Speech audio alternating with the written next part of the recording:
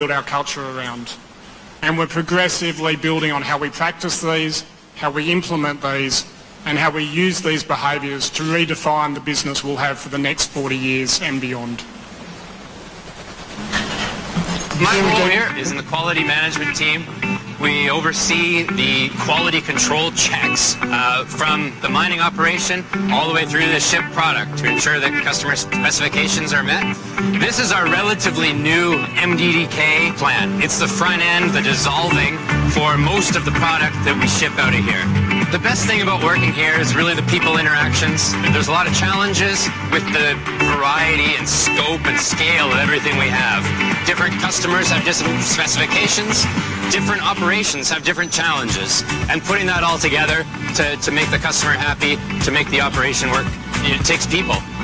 Everything we do incorporates our stakeholders to ensure that environmentally, as well as within the community, we're progressing this image of mining. We're progressing this image of providing minerals and elements to society. Hopefully you can hear the level of engagement and enthusiasm in Evan's voice. The way we see that engagement and that enthusiasm translate is we see our people doing some amazing things. And this slide just shows one of those improvements from the last part of last year. One of our products we produce is called Granubor 2. We took 5 people out of their role and gave them nothing else to focus on, but we asked them to raise the capacity of that production line by 10% over 3 months. What that team actually achieved is raising the capacity of the system in 2 months by 30% without spending any capital. They were able to use the great ideas that exist by the people that actually operate the equipment every day, turn those ideas very quickly into action, and pleasantly, I think, surprised themselves by the results. And that has created enormous momentum. Those same people now are talking about how they take this system even further. And that's the value of engagement. Outside our door relationships are also important. We have a number of stakeholders in our business, and a number of you are here today in the room.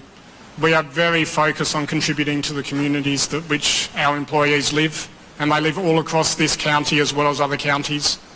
We're active in all of them, but we're certainly at the moment looking to do more. Last year we spent more than $115 million with local suppliers, and we'll continue to focus on local procurement efforts to ensure the longevity of local businesses and supply relationships that we have. We're also making sure that we have great job opportunities for everyone. As I mentioned, we employ some 800 people in California, from truck drivers to operators to janitors to admin people to engineers to scientists with PhD degrees. There are fantastic opportunities in our business no matter what it is that people want to do. In terms of giving back into communities, we're active in many ways, but the area we're focusing on improving even further is in education. Something I'm absolutely passionate about is giving back to education at all levels, and we're exploring a number of opportunities to be more active in that space. We hosted a number of very exciting elementary school visits last year. We've gone back to schools to present, to try and engage those people that might work for us sometime in the future. Hopefully what you can see is we've got a very proud past, a very successful present, but probably what has us most interested is the opportunity to reshape this business going forward and deliver a very exciting future. Thanks very much for your time.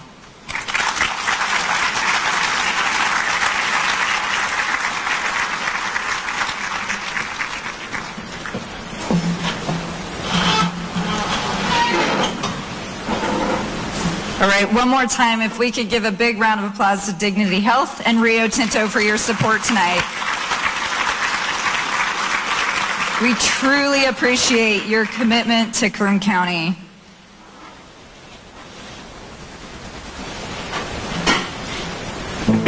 I would describe Kern County as a diverse community. My word would be family.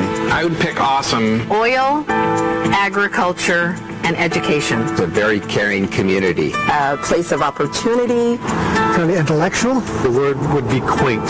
Yo usaría dos palabras, retos y oportunidades. Nature-filled quality of life meets innovation incubation. Generous and friendly. And Kern County is unique because it's got beautiful vistas, it's got great economic potential in the areas of oil, agriculture, renewable energy, solar, wind, and aerospace and space access.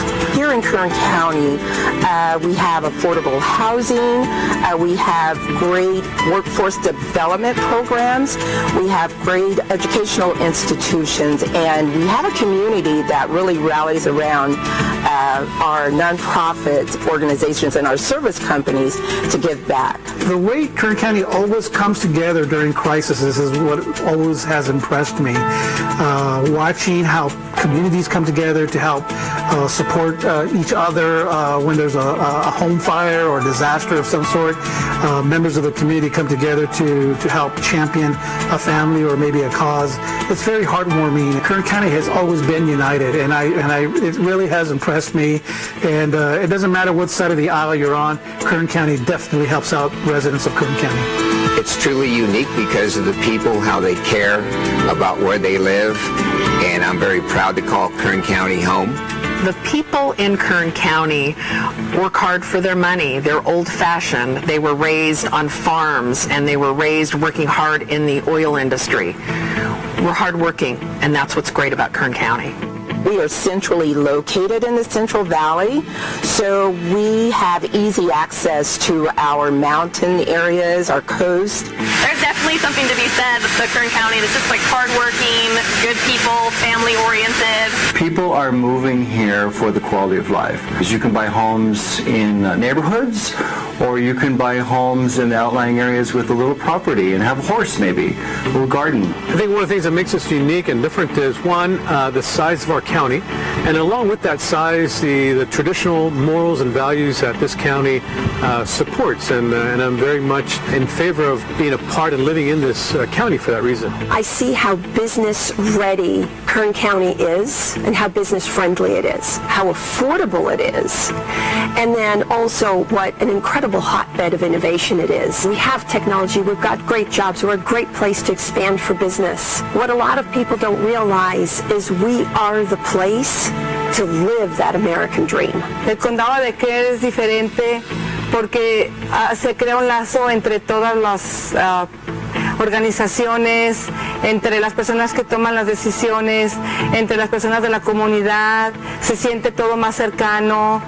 Ha habido un momento que todo se ha hecho como amistad, y yo creo que eso hace diferente, el tener a las personas cerca, escuchar y sentir el apoyo. Kern County is a center for food and fiber and energy in California, as well as a transportation hub.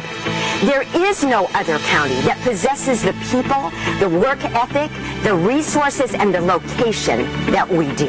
I'm excited about our county's optimism. We're writing a new narrative today. We're asking the big questions and rethinking the way things have always been done. Our goal is to reach out to our students and give them the opportunities. Doesn't mean that they're going to take them, but we have to expose our students to the opportunities, and that's why education and business need to be connected. On almost a daily basis, we're seeing changes all around us. In Wasco, we just added a new solar farm which is going to power a variety of city buildings, an investment that's going to be worthwhile. There's a lot of change happening in Kern County right now, but I believe with change comes opportunity. Kern County has an incredible opportunity to grow over the years, and I believe it is an exciting time for us to learn, educate, and grow together as a community. Universities and community colleges enrollments are exploding.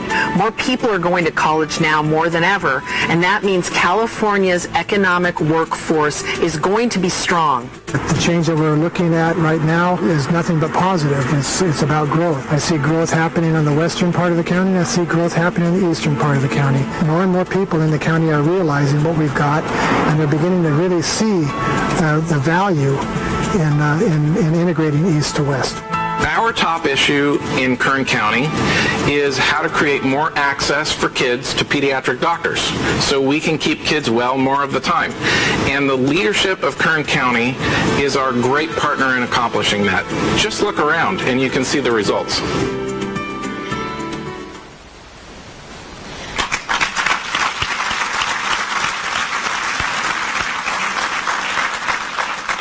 We want to give a very special thank you to all of you who appeared in that video. We know that was quite a scramble to get you up there, so thank you for participating. That was very kind of you.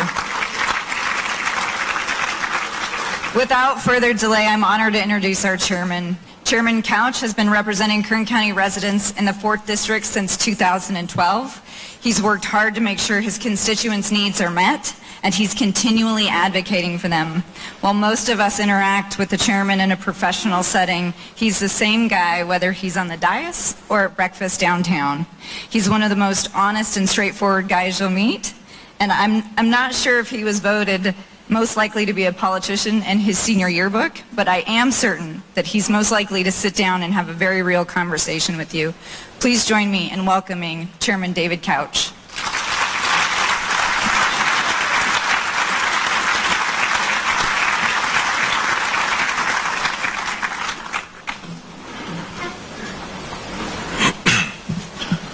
Hello. Before I get started, I want to tell you that I was just outside, and it's great. It feels great out there. So I know that I'm all that stands between you and the great weather. Good evening, and welcome to the 21st Annual State of the County. I am really happy and very excited to be here. No, really, I'm very happy and excited to be here because if you think back, middle of last year, I wasn't actually so certain that I would be here tonight. And some of you, if you're honest, you might agree that even you might have had some doubts. 2018 certainly presented some challenges. Last year there was a little thing called redistricting. We had an election. Cannabis was in the news. It wasn't an easy year, but we made it. We had some wins. And I'm not just talking about me, I'm talking about the county as a whole. We saw great success in 2018. Supervisors, department head, staff, and you here tonight stepped up and you met the challenges head on. Tonight I'd like to do a couple of things. I want to talk about the successes we've had. I want to acknowledge our challenges, and I want to lay out a clear picture of the road ahead. And lastly, I want to talk about the role that each and every one of us in this room can play in that. And I want to do that in the context of tonight's theme, which is, it's always now. I want you to keep that in mind while you listen tonight, that it's always now. The past is a memory. It's a thought arising in the present. The future is merely anticipated. It's another thought arising now. What we really only have is right now.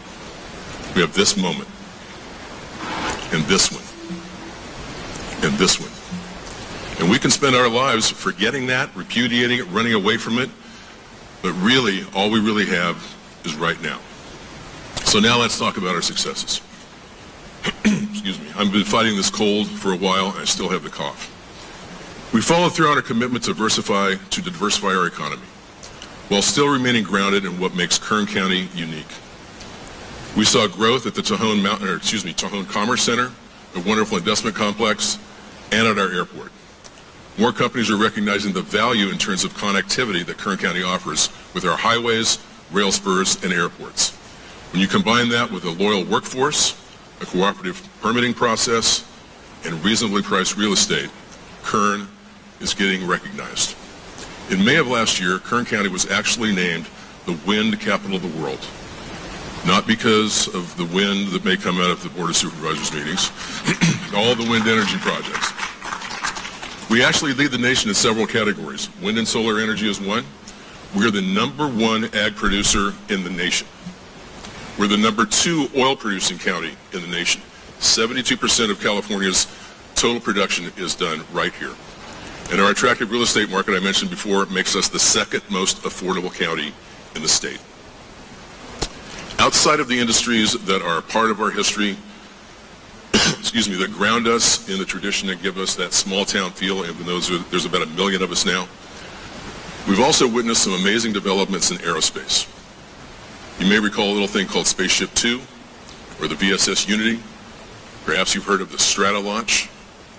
Right here in Kern County, we are proud to have the Mojave Air and Spaceport that is bringing together the likes of Virgin Galactic, the Spaceship Company, Scale Composites, Northrop Grumman, Lockheed Martin, and a host of other companies, all in a really unassuming location in East Kern that has quietly gone about their business of breaking records, breaking the speed of sound, and really breaking the mold. Additionally, we're proud to be the home of 2 military installations, Edwards Air Force Base and China Lake Naval Air Weapons Station. They are both reaching outside their gates to improve their communities, and while we'd love to tell you what's going on inside the gates, you know the joke. If I told you, Mick Gleason would have to kill you. Let's pause right there for a second while we're on the subject of the military. If you are active military or if you are a veteran, would you please stand now so we could recognize you and thank you for your service to our country?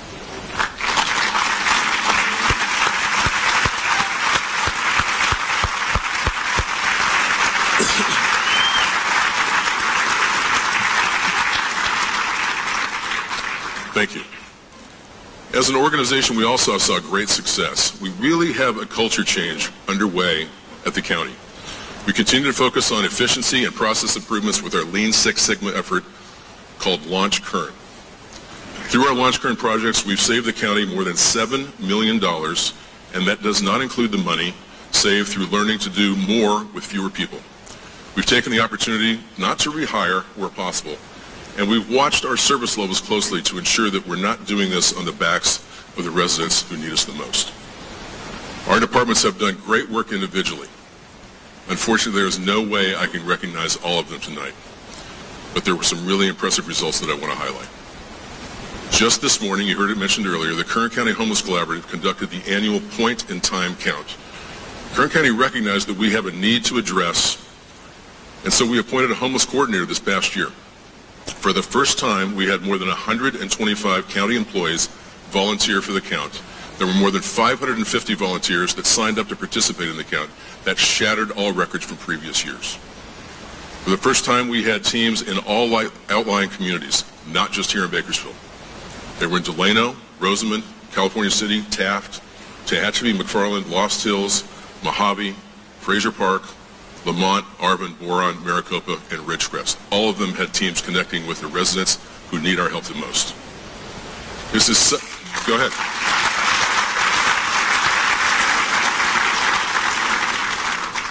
This is such important work because our ability to fund services is tied to the point-in-time count. For those of you that were there this morning and are here tonight, you've had a long day. Thank you very, very much for being at both places.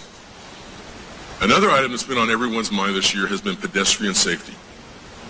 Our Public Works Department had a huge focus in making our sidewalks and crosswalks more ADA compliant, more accessible, and more safe. They secured nearly $20 million in funding for pedestrian improvements in the last fiscal year alone. They updated nearly 80 intersections with single-lane, uncontrolled crosswalks to be ADA compliant, updating the paint, curb ramps, and adding streetlights. That work alone was $5 million. We've also updated more than 60 intersections with countdown crosswalk signs that tell pedestrians how long they have left to cross the street. That was every intersection within a half mile of a school. WalkKern.com is a website that hosts all the maps, tours, and updates on those projects. I'd invite you to check that out.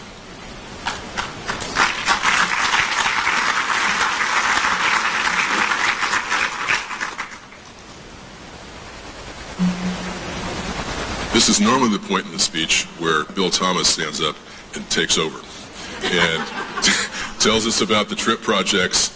But Bill couldn't be here tonight because he is at a California Transportation Commission meeting advocating for more funding for Kern County.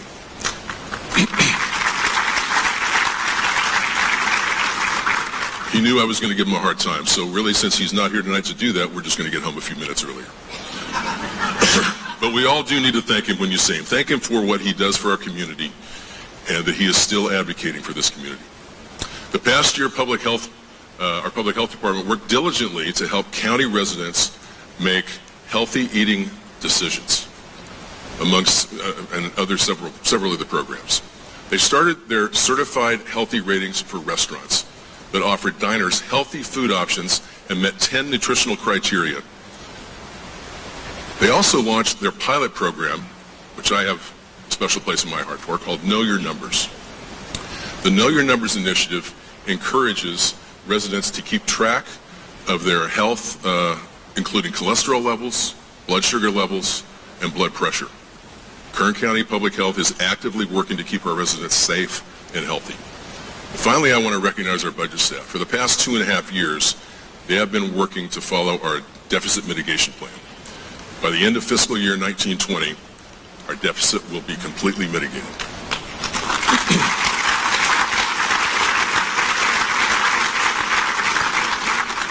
Nancy and Elsa could sure whip those people in Washington into shape, but we are not going to let them go. And while budgets and finances might not be everyone's favorite subject, our budget team has been awarded the Distinguished Budget Presentation Award for the 4th year now.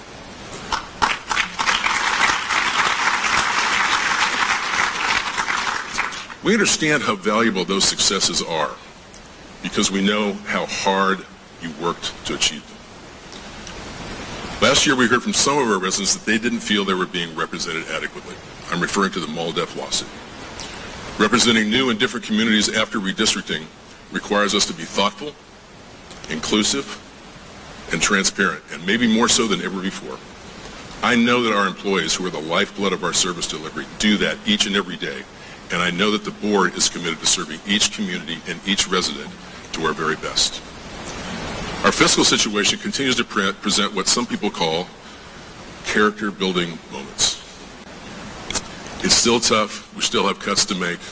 That's what makes our Launch Kern project so important. We're going to need every employee looking at how they do their jobs and continue to find more efficiency so that we can continue to cut waste instead of jobs and people. We have employees who would love an increase in pay, and quite frankly, they deserve one. And I think I can speak safely for the board when I say all of us would love nothing more than to be in a financial position to give every employee a cost of living increase. But we're still 1.5 years away from our 4-year goal of resolving our deficit, and we have the task of deciding if cutting people is worth being able to provide that increase. So far, we've kept as many people employed as possible.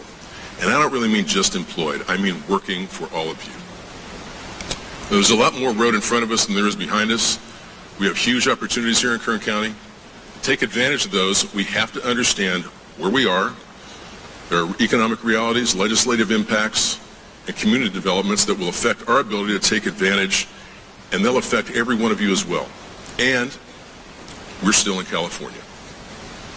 Some of you are business owners that are subject to the same economic cycles we are. Some of you may be part of a corporation that battles the same legislative battles we do. And still some of you represent communities that are changing or trying to change just to meet the needs of your residents, just like we are.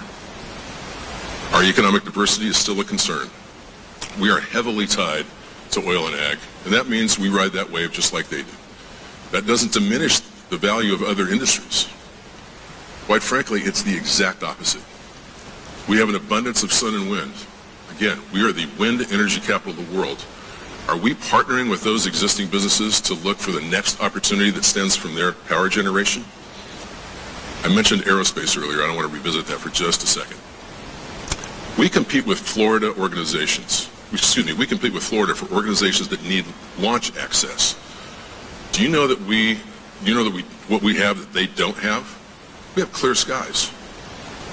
The number of days we have in East Kern that are clear for launch far exceed what Florida can provide. We could be the launch capital of the world, but we are losing that manufacturing opportunity when companies come here, do their research, and then they leave to build that elsewhere.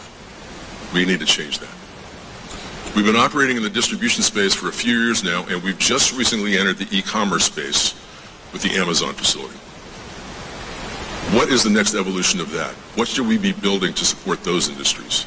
We have to continue to break the mold, and we have to capture all the opportunities that are out there and available to us. We also have to pay attention to the legislative climate. The decisions made at the state level have a direct impact on us and you. They can affect our funding streams that could mean millions of dollars that we use to provide services. We saw this last year in home support services, and we've witnessed a trend over the last few years where the state is saddling local governments with more and more of the costs, unfunded mandates. The new governor recently rolled out his budget, and counties are already expressing concern over some of the items in that budget. Fortunately for us, the California State Association of Counties is weighing in on those concerns. Also taking place this year will be bail reform. That was approved in 2018. This could potentially be a drain on our public defender and our district attorney's offices. In addition, and this is not a slight to the city of Bakersfield, when they add 100 officers to the street, that is going to put a stress on our whole law enforcement system. And we're going to have to find a way to keep up. It means we have to be more vigilant than we've ever been in our partnership with our state elected officials, probably more than we've ever been. We will have to actively inform them. I like that term, actively inform. Remember that when you're lobbying your legislator, tell them you're just actively informing him.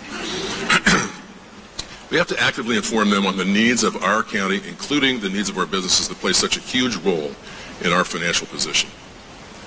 In addition to the economic and legislative realities, there are community-based changes that are far more pronounced than ever before. We're seeing revitalization efforts in lots of communities. Cities are exploring alternative sources of income in order to stop the negative trend of losses, and it's pushing them into areas that they've never really been in before. It's really exciting, actually, to be a part of the conversations with communities as they actively pursue options to diversify their own economic outlook. McFarland is an example. They're working to expand and add new developments that will hopefully give them the ability to realize greater revenue in the future. Little Shafter continues to do some great developments. We could stop there. We could say, that's a lot of good stuff and it's a tough road ahead and we'll chip away at it. That's not quite enough. We have the chance to exceed expectations and capture all the opportunity before us. Let me talk about how the county can lead that charge.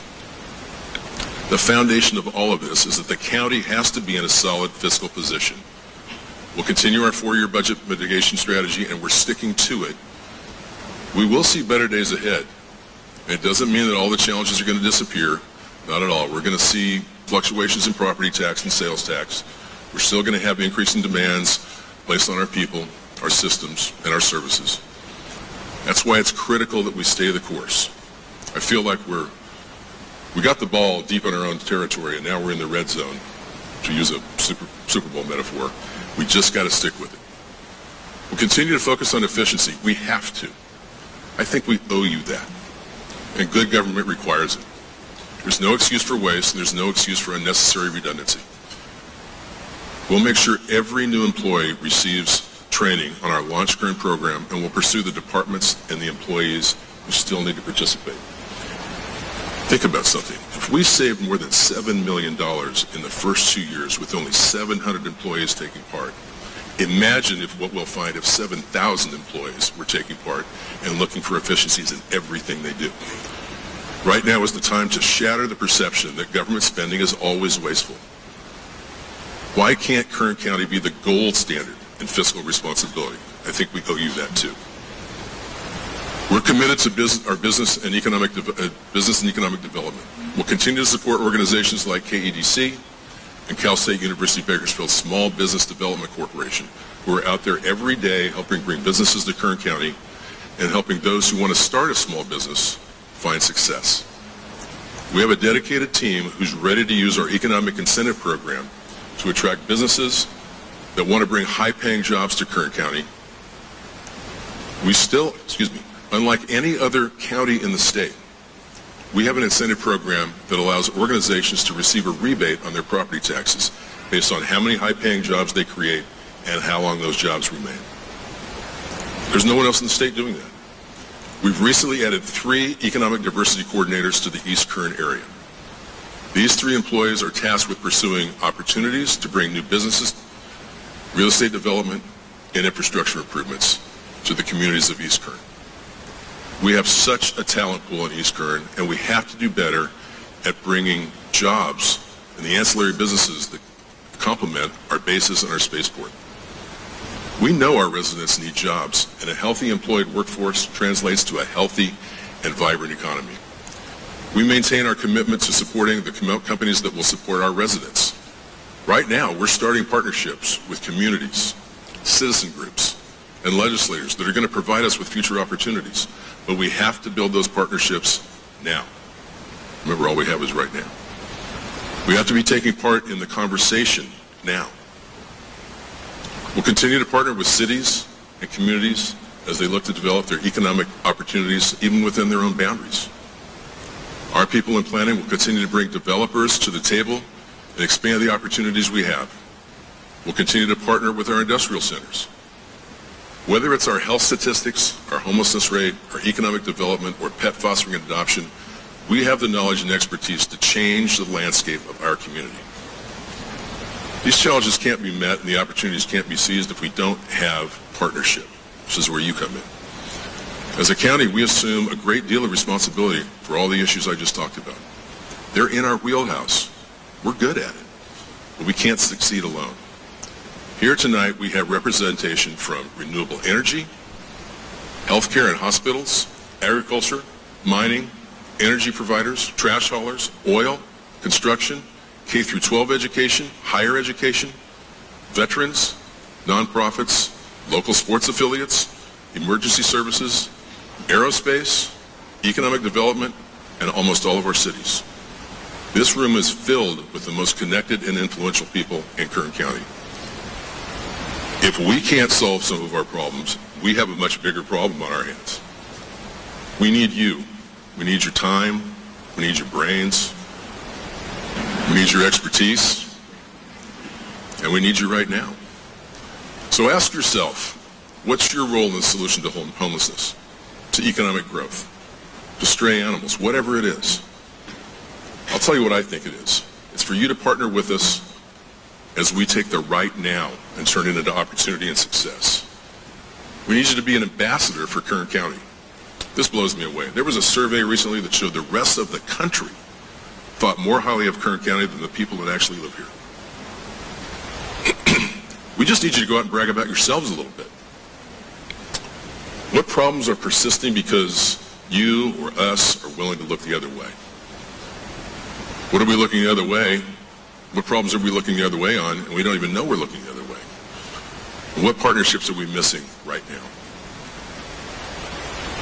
What can we learn from how the private sector tackles a problem that we can put into practice here in local government? What are you doing in your city that we're not doing at the county? What resources do we have that we could better utilize, that we could create better partnerships with trying to change the face, with people that are trying to change the face of their communities? How can nonprofits work differently than they have in the past? Every single one of us in this room, if every single one of us in this room focused on how to capture the opportunity and overcome the challenges that we face, what would that look like? Because the bottom line is that right now, we got to dig down. We got to make that happen. Right now, we have to ready ourselves for the next opportunity. Right now, we have to stop telling ourselves that we've always done it that way, that we're different, and somehow that's a negative. I want to share a few quick examples of how right now looks in the lives of the people sitting here tonight. My district director, Sal Moretti, used to work for the city of Albuquerque, led all sorts of projects in public works. He worked for the city of Bakersfield for 15 years, superintendent in the solid waste department. He was in the United States Air Force. He's done all that. He retired from the city, and we hired him. And within 2 weeks, he was rushed to the hospital for open heart surgery. He went home from work on a Friday, and Monday he was having open heart surgery. No warning, no time to prepare, and no guarantees that tomorrow was around the corner. I think you were in a medically induced coma for days. Sal lives differently these days. He doesn't sweat the small stuff, and he lives for the right now. For Sal, it's always now. Jeff Flores, Chief of Staff for Supervisor Mike Maggard, is also no stranger to unexpected circumstances and tragedy. Jeff's young niece, one day recently, discovered paralysis in her foot. Within a few days, that paralysis spread, and she passed away before she ever had the opportunity to experience a full life. That tragedy has certainly changed Jeff and his perspective. I think if you were to ask Jeff, he's more aware of the moment, and he lets fewer of them pass without saying and doing the things he needs to. For Jeff, it's always now. Lastly, years ago, before my mom and dad passed away, my dad called me one day to talk about something that we had before us when I was on the city council. It was an emotional issue. We weren't going to make people happy no matter what we did. And he told me this: just do what you think is right and risk the consequences. Right now, we need to take the hard things and we need to do what's right and risk the consequences, regardless of the consequences to ourselves. And we need to remember, it's always now. Thank you very much for being here. God bless you. It's always now. It's always now. It's always now. It's always now. It's always now. It's always now. It's always now. Es por siempre ahora.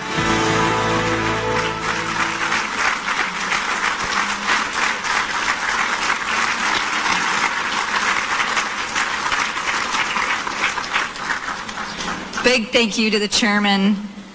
Thank you so much to all the folks who appeared in the video as well. Quickly, before you rush off, if you valeted your car, be sure that you have your information ready that you gave them when you gave them your keys. Otherwise, the rest of us are going home with a whole lot of great cars. The centerpieces in your table are your gift from us to you. Here's how you get them. It is the person with the birthday closest to today. However, if there is a tie, you have to rock, paper, scissors to break it. Okay.